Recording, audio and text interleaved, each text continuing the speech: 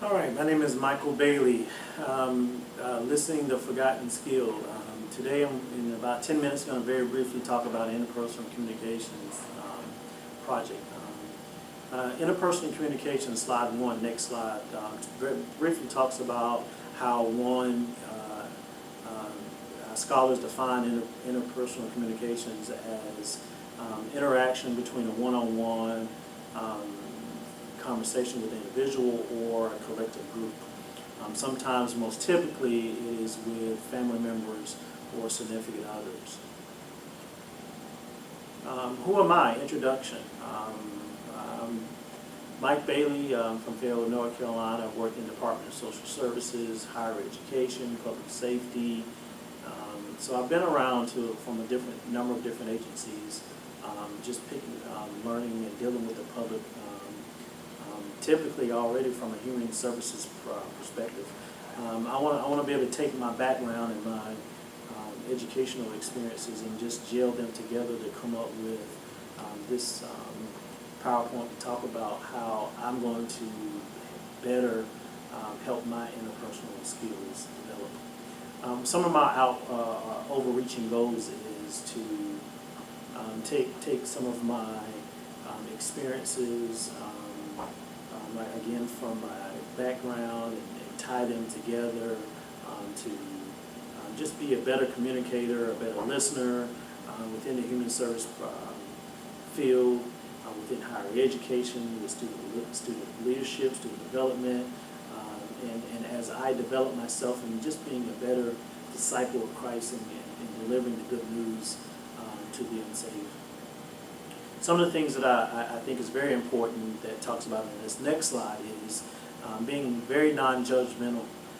The next one is being interactive and inviting to the speaker, to making sure that we're communicating well. And then thirdly, making sure that I'm carrying their ideas from one step to another without over-demanding and overbearing my thoughts and my concerns into a conversation and just almost disregarding what somebody else has to say on the third one. So ultimately enlarging my communication refer to the developing of the skills to enhance the quality of communication ultimately.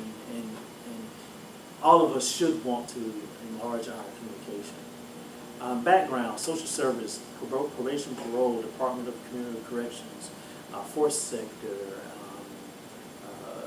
I grew up as missionary Baptist. I grew up from a large family of 7, and I thought it was important to add that because it does give character and description of who I am and some of my values and morals and my belief structure. I'm very inspirational, and IIS is my behavioral blend. Some of the benefits of positive benefits of IIS is being very influential and very stable. Some of the non-negative things to that is I'm not so flexible all the time, and sometimes it's really tough having that expectation to lead and be influential at all times, because sometimes the truth of the matter is I have personal issues that I go through, and sometimes I just don't want to lead. That's one of the negative things. Potential barriers. I remember going back in week 3 and to discuss some of the potential barriers, and ultimately it just talks about just not listening. Because how often do we sometimes talk to people in public, and I think the good example that I put here in the slide, it says, how often do you find that while in community with people, many say, "Thank you for shopping with us," and we respond, "You too." But does "you too" really answer the question, or is a proper way to respond to "thank you for shopping" and you say "you too"? That implies that you're really not listening. You're really not enlarging your conversation and being an effective listener.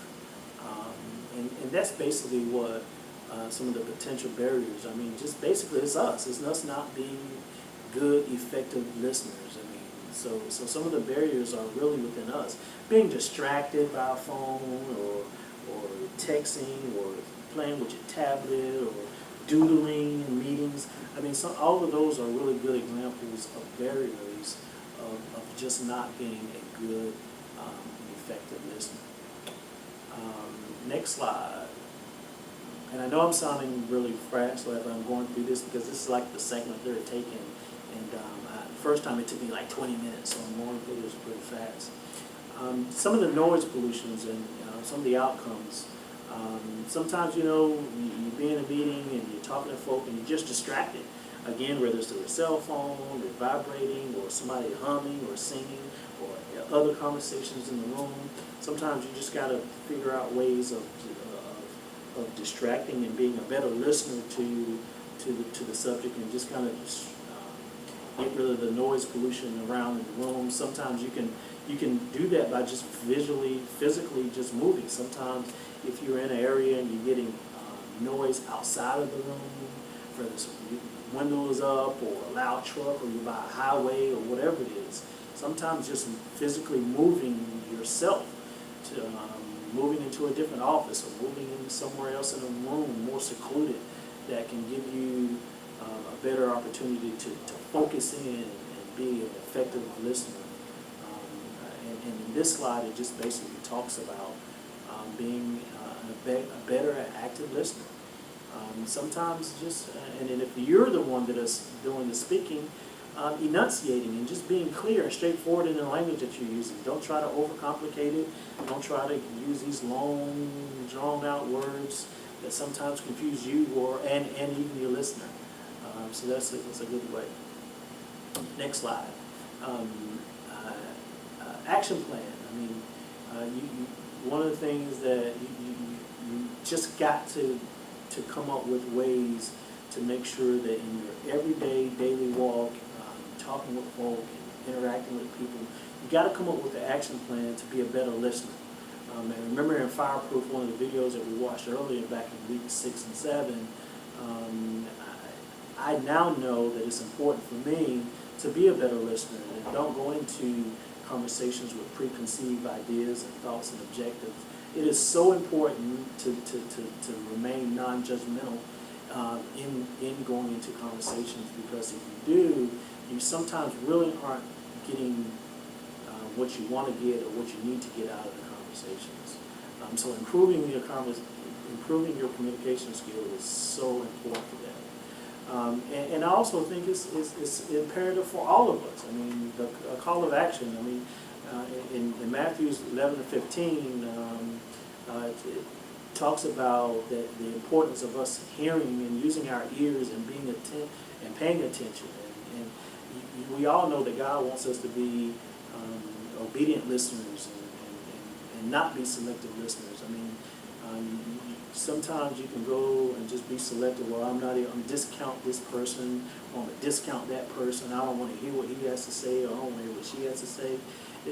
You don't want to do that. I mean, because what about the conversation that you have with God, and some of the conversation, if God was a selective listener to us, even in our mess, you just don't want that, and I don't want that for myself. So I know that it's imperative for me to enlarge my communication and just be a better listener.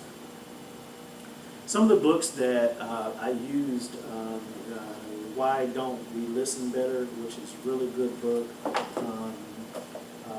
Listening, The Forgotten Skill, really good. And then Bridges, Not Walls. So these are some of the books that I've used to come up with my presentation. So thank you. And again, this is a presentation that I had to do for one of my classes to talk about my presentation for HSER 508, Dr. Nick.